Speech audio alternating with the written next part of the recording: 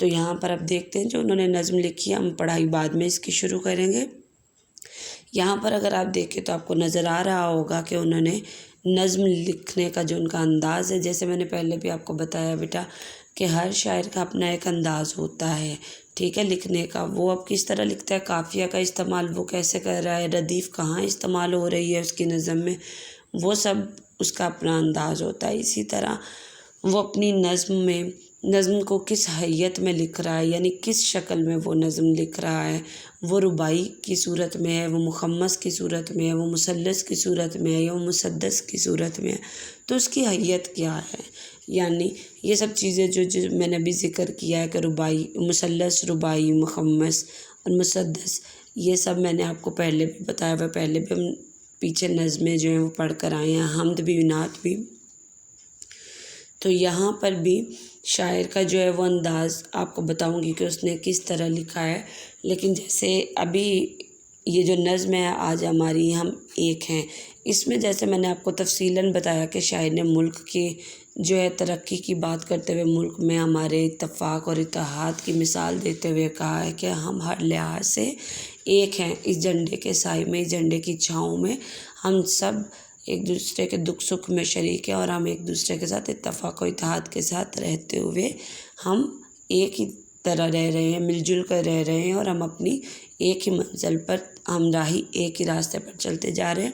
تو یہ نظم جو ہے وہ ہمارے قومی جھنڈے کے بارے میں، یعنی جس میں وہ وطن سے محبت کا اظہار کر رہا ہے، جس میں وہ اپنے وطن کی محبت کو ظاہر کر رہا ہے، اپنے وطن کے اتفاق و اتحاد کو ظاہر کر رہا ہے۔ تو ایسی نظم جس میں ملک و قوم کی محبت کا اظہار کیا جائے، جس میں شاعر نظم جو ہے وہ جس میں اپنا اصل تصور اس کا کیا ہے، اپنے قوم اور ملک سے محبت، تو ایسی نظم جس میں وہ اپنے ملک سے محبت کا اظہار کرتے ہوئے لکھے، اس کو کہا جاتا ہے قومی نظم۔ قومی نظم یا ملی نغمہ بھی کہا جاتا ہے اس کو۔ تو یہ بات لازمی یاد رکھیے گا، جیسے ہم نے پہلے حمد پڑھی، حمد ہوتی ہے جس میں اللہ کی تعریف کی جائے، نعت ہوتی ہے جس میں رسول اللہ صلی اللہ علیہ وآلہ وسلم کی تعریف کی جائے۔ اسی طرح جو ایسی نظم جس میں وطن سے محبت کا اظہار کیا جائے، جس میں اپنے وطن کی بات کی جائے، وطن سے محبت ظاہر کی جائے، اس نظم کو کہا جاتا ہے قومی نظم یا ملی نغمہ، ٹھیک ہے۔ یہ آپ کو لازمی کثیر الانتخابی سوالات میں ایسا سوال آتا ہے، اگر آپ کے نصاب میں ایسی نظم شامل ہو تو اس کو لازمی یاد رکھیں کہ ایسی نظم جس میں وطن سے محبت کا اظہار کیا جائے، جس میں اپنے وطن سے محبت ظاہر کی جائے، اس نظم کو قومی نظم یا ملی نغمہ کہا جاتا ہے۔ تو شاعر نے یہ جو نظم لکھی، اس میں قافیہ ردیف جو ہے وہ جب ہم تشریح کریں گے یہ سب کی تب ہم دیکھیں گے، لیکن اس میں حیت پر اگر ہم بات کریں تو دیکھیں یہاں پر شاعر نے پہلا حصہ ہے نظم کا، جو ایک جز ہے پہلا، اس میں 3 مصرعے ہیں، ٹھیک ہے۔ نظم میں کوئی بھی ایسا حصہ جو 2 مصرعوں سے زیادہ پر مشتمل ہو اس کو بند کہا جاتا ہے، اور شعر کس کو کہا جاتا ہے، جو 2 مصرعوں پر مشتمل ہو۔ کسی بھی شعر کا آدھا حصہ جو ہوتا ہے وہ مصرع ہوتا ہے، ٹھیک ہے، یہ آدھا حصہ ہے، اس کو مصرع کہیں گے۔ جب 2 مصرعے مل گئے تو وہ شعر بن گیا، لیکن جب کوئی بھی حصہ 2 سے زیادہ مصرعوں پر مشتمل ہے تو اس کو کہا جائے گا بند، ٹھیک ہے۔ لیکن یہاں پر آپ دیکھیں تو اگلا اگر آپ دیکھیں، یہ پہلے بھی بند ہے، لیکن دوسرا جو بند ہے اس کے بعد تیسرا بند، چوتھا بند، اور اس کے بعد 5واں بند۔ یہاں پر شاعر کا اگر آپ انداز دیکھیں تو وہ ایک ہی حیت میں نظم کو لے کر نہیں چل رہا، بلکہ اس نے 2 حیت کا استعمال کیا ہے، 2 صورتیں جو ہیں وہ اپنائی ہیں اس نظم کو لکھتے ہوئے۔ پہلا جو اس نے حصہ لیا وہ 3 مصرعوں پر مشتمل ہے، اور 3 مصرعوں پر مشتمل کو کہا جاتا ہے مثلث۔ مثلث کیا ہوتا ہے یہ دیکھیں، 3 کونوں والا، جس کو ہم انگریزی میں ٹرائی اینگل بولتے ہیں۔ مثلث ہوتا ہے 3 کو مثلث کہتے ہیں۔ تو یہاں پر اس نے نظم کا آغاز جو ہے وہ کس حیت پر، مثلث سے کیا ہے، لیکن اس سے اگلا بند اگر آپ دیکھیں تو یہاں پر 1 2 3 4 مصرعوں پر مشتمل ہے اگلا حصہ۔ تو یہ 4 مصرعوں پر مشتمل والے کو کہا جاتا ہے رباعی۔ 4 والے کو کہا جاتا ہے رباعی۔ پھر اس کے بعد جو اگلا ہے وہ 1 2 3 اور 4، وہ بھی 4 پر مشتمل ہے، وہ بھی رباعی ہے۔ اس سے آگے 1 2 3 4 وہ بھی رباعی ہے، لیکن پھر جو 5واں ہے اور آخری بند ہے وہ ہے 1 2 3۔ تو یہ دوبارہ اس نے اس کا اختتام جو ہے وہ کس پر کیا ہے؟ مثلث پر۔ تو یہاں پر اگر آپ دیکھیں تو شاعر نے 2 حیت جو ہیں وہ اپناتے ہوئے اس نظم کو لکھا ہے۔ اس نے اس کا آغاز اور اختتام مثلث پر کیا ہے، لیکن درمیان میں اس نے جو 3 جز لیے اس نظم میں وہ رباعی ہے، وہ رباعی کی حیت ہے۔ ٹھیک ہے، تو ان چیزوں کو لازمی یاد رکھا کریں، یہ آپ کو کثیر الانتخابی سوالات لازمی آتے ہیں۔ شعر کا ایک حصہ مصرع کہلاتا ہے، 2 مصرے مل جائے تو شعر کہتے ہیں اس کو، اور ایک شعر جو 2 مصروں پر مشتمل ہوتا ہے، جب 2 مصروں سے زیادہ پر مشتمل ایک حصہ ہو تو اس کو بند کہا جاتا ہے، لیکن ہر بند جو ہے وہ اپنا ایک نام رکھتا ہے، اس حیت کا ایک نام ہے۔ جو 3 مصروں والا ہے اس کو کہا جاتا ہے مثلث، 4 والے کو کہا جاتا ہے رباعی، 5 والے کو مخمس، 6 والے کو مسدس۔ لیکن یہاں ہم رباعی تک رہیں گے کیونکہ ہمارا اس میں مثلث اور رباعی کی ہی بات ہو رہی ہے۔ تو 3 مصروں والے کو مثلث اور 4 مصرے والے کو رباعی کہتے ہیں۔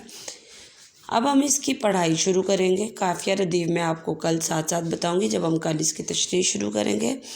اس کی پڑھائی جو ہے وہ ہم یہاں سے شروع کریں گے۔ پہلے اوپر دیے گئے جو الفاظ ہیں وہ پڑھیں گے، وہ نظم میں سے ہی لیے گئے ہیں۔ پہلا لفظ ہے گگن۔ گگن، گگن کا معنی ہوتا ہے آسمان۔ جان باز، جان باز ہوتا ہے جان قربان کر دینے والا۔ راہی، مسافر کو کہتے ہیں۔ سانجھی، مشترکہ۔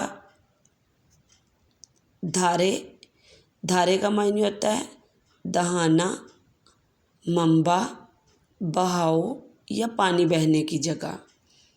ٹھیک ہے، اب اس کی پڑھائی شروع کریں گے۔ اگر آپ نے یہ سنا ہو تو یہ ترنم کے ساتھ بھی ہم نے یہ ملی نغمہ سنا ہوا ہے نا، تو یہ ہمارا ملی نغمہ ہے جس میں ہم وطن سے محبت کا اظہار کیا جا رہا ہے۔ اس پر چمکے سائے تلے ہم ایک ہیں، ہم ایک ہیں، سانجھی اپنی خوشیاں اور غم ایک ہیں، ہم ایک ہیں۔ اس پر چمکے سائے تلے ہم ایک ہیں، ہم ایک ہیں۔ ایک چمن کے پھول ہیں سارے، ایک گگن کے تارے، ایک سمندر میں گرتے ہیں سب دریاؤں کے دھارے۔ جدا جدا ہیں لہریں، سرگم ایک ہیں، ہم ایک ہیں۔ اس پر چمکے سائے تلے ہم ایک ہیں، ہم ایک ہیں۔ ایک ہی کشتی کے ہیں مسافر، ایک منزل کے راہی، اپنی آن پہ مٹنے والے ہم جانباز سپاہی۔ بند مٹھی کی صورت باہم ایک ہیں، ہم ایک ہیں۔ اس پر چمکے سائے تلے ہم ایک ہیں، ہم ایک ہیں۔ پاک وطن کی عزت ہم کو اپنی جان سے پیاری، اپنی شان ہے اس کے دم سے یہ ہے آن ہماری۔ اپنے وطن کے پھول اور شبنم ایک ہیں، ہم ایک ہیں۔ اس پر چمکے سائے تلے ہم ایک ہیں، ہم ایک ہیں۔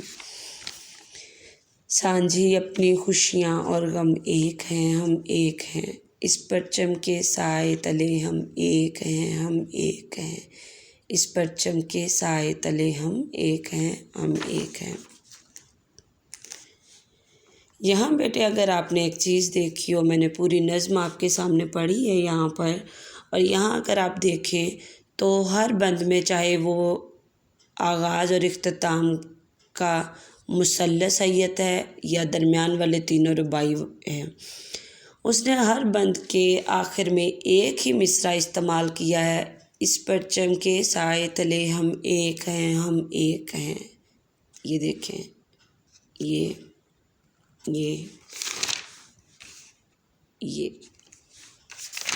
اچھا، اب یہاں پر آپ کو ایک بہت اہم چیز بتانے جا رہی ہوں، اس کو نوٹ لازمی کریے گا۔ ایسا مصرع جو پوری نظم میں تھوڑے وقفے کے بعد دہرایا جائے، یا ایسا مصرع جو ایک مخصوص ہوتا ہے جو ہم نے طے کر لیا، ایسا مصرع جو شاعر اب یہ شاعر کی مرضی ہے کہ اس نے کتنا وقفہ مخصوص کیا کہ کتنے وقفے کے بعد وہ استعمال کرے گا۔ ایسا مصرع جو ایک مخصوص وقفے کے بعد شاعر اپنی نظم میں بار بار دہراتا ہے اس کو کیا کہا جاتا ہے؟ اس کو ٹیپ کا مصرع کہا جاتا ہے، ٹھیک ہے۔ ایسا مصرع جو پوری نظم میں ایک خاص وقفہ کے بعد دہرایا جائے، یا ایسا مصرع جو پوری نظم میں ہر بند کے آخر میں استعمال کیا جائے، اس کو ٹیپ کا مصرع کہا جاتا ہے۔ دو طرح میں نے اس کی تعریف بتا دی ہے۔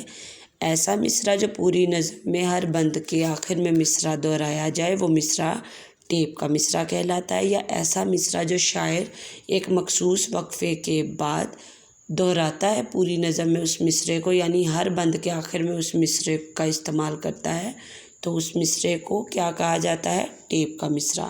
یعنی وہ مصرع جو ہر بند کے آخر میں دہرایا گیا ہے، ایک ہی مصرعے کو ہم کچھ وقفے کے بعد دہرا رہے ہیں ہر بند کے آخر میں، تو اس کو کہا جاتا ہے ٹیپ کا مصرع، ٹھیک ہے۔ آج بس اتنا ہی، قافیہ ردیف ہم کل کریں گے۔ جتنا ابھی میں نے بتایا مثلث، رباعی، ٹیپ کا مصرع، یہ سب چیزوں کو ذہن نشین رکھیں۔ اس کے ساتھ ساتھ جو ہم نے آج نظم پڑھی اس کا مفہوم تو میں نے آپ کو بتا دیا، یہ بھی بتا دیا کہ ایسی نظم جس میں محبت، وطن سے محبت ظاہر کی جائے اس کو قومی نظم یا ملی نغمہ کہتے ہیں۔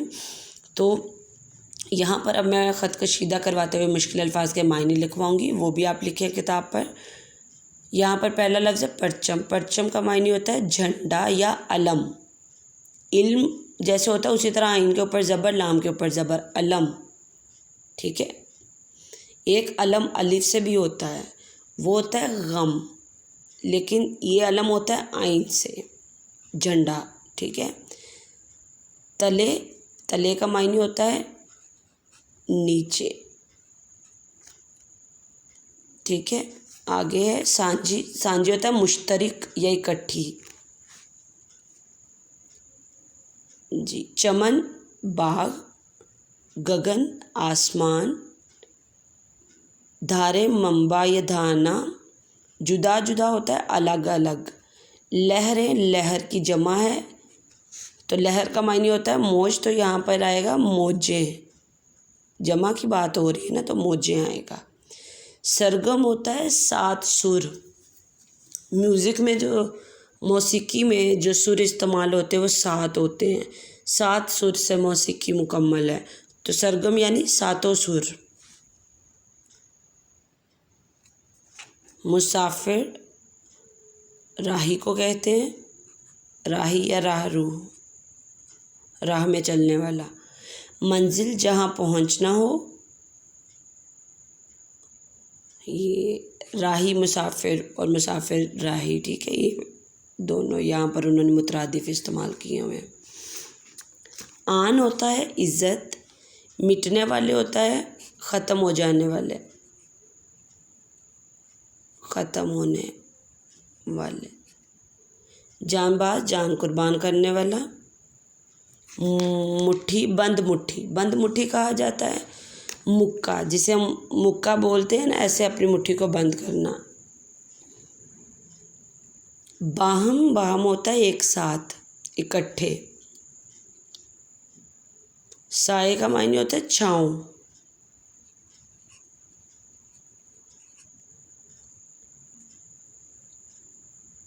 آن، عزت۔ شبنم ہوتا ہے اوس۔ وہ قطرے ہوتے ہیں جب ہم صبح اکثر اٹھے، جہاں پر ہریالی ہو، تو وہاں پر اگر آپ نے دیکھا ہو کسی باغ میں جہاں پر ہریالی ہے، پھول ہے، پودے ہیں، تو صبح جب ہم اٹھتے ہیں تو صبح سویرے ان پھولوں پر، پتوں پر چھوٹے چھوٹے پانی کے قطرے ہوتے ہیں۔ وہ کسی نے، کسی انسان کے گرائے ہوئے یا کسی انسان کا وہ گرایا ہوا پانی نہیں ہوتا، بلکہ وہ قدرتی قطرے ہوتے ہیں جو صبح ان پتوں پر، اس گھاس پر، ان پودوں پر پڑے ہوتے ہیں۔ تو صبح سویرے پھول پودوں پر جو چھوٹے چھوٹے پانی کے قطرے یا نمی کے قطرے ہوتے ہیں ان کو کہا جاتا ہے شبنم یا اوس، ٹھیک ہے۔ یہاں پر غم، دکھ کو یا درد کو کہتے ہیں، جی۔ یہ ہو گئے اس کے مشکل الفاظ کے معنی۔ اس کے ساتھ ساتھ میں نے آپ کو بتایا مصرع کیا ہے، شعر کیا ہے، مثلث، رباعی۔ اس کے ساتھ ساتھ میں نے آپ کو بتایا ٹیپ کا مصرع کیا ہے، یہ کسیت میں لکھی گئی، اختتام اور آغاز مثلث کی صورت میں اور درمیان کے تینوں بند رباعی کی صورت میں ہے۔ اس کے علاوہ میں نے اس پوری نظم کا مفہوم بتایا کہ شاعر اس میں کیا بات کر رہا ہے، تو مفہوم بتانے کا بھی تفصیلاً مقصد یہی تھا کہ آج ہم اس کے جو لکھنے والا کام کریں گے وہ مشکل الفاظ کے معنی کریں گے اور اس کے ساتھ ساتھ مرکزی خیال۔ اسی طرح آپ یہ وہی الفاظ کے معنی جو میں نے آپ کو کتاب پر لکھوائے ہیں، یہ مشکل الفاظ کے معنی آپ اسی طرح لکھیں گے یہاں پر۔ آج میں ساتھ گرامر لکھنے کو نہیں دے رہی، ٹھیک ہے، اور ساتھ ہم یہ مرکزی خیال لکھیں گے اس کا۔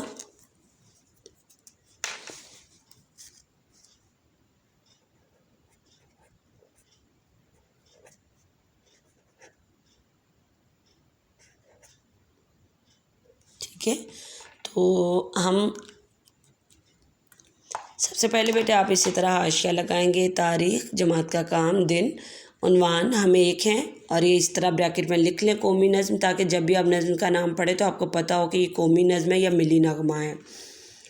ذیلی عنوان مشکل الفاظ کے معنی جمع مرکزی خیال، اس طرح مشکل الفاظ کے معنی لکھیں گے، اس کے بعد مرکزی خیال لکھیں گے۔ مرکزی خیال کیا ہے وہ میں نے پہلے بھی آپ کو سارا بتا دیا جب نظم ہم نے شروع کی، پھر بھی بتا دیتی جو یہاں لکھا ہے۔ اس نظم میں شاعر جب بھی مرکزی خیال لکھنا ہے تو پہلے آپ نے شاعر کا ذکر ضرور کرنا ہے، اس کا نمبر ملتا ہے لازمی۔ اس نظم میں شاعر کلیم عثمانی پاکستانی پرچم کی عظمت کا ذکر کرتے ہوئے کہہ رہے ہیں کہ اس جھنڈے کے نیچے ہم ایک متحد قوم ہیں، ہم سب میں قومی اتحاد و اتفاق کا جذبہ ہے، ہمارے دکھ، خوشیاں، ارادے، خواہشات، راستے اور منزل ایک ہے۔ اس پاک وطن کی حفاظت کی خاطر ہم اپنی جان بھی قربان کر دیں گے، کیونکہ ہماری عزت اس وطن کی وجہ سے ہی ہے۔ تو یہ مشکل الفاظ کے معنی اور مرکزی خیال آپ اپنی کاپی پر لکھیں گے اور انہی کو آپ یاد بھی کریں گے۔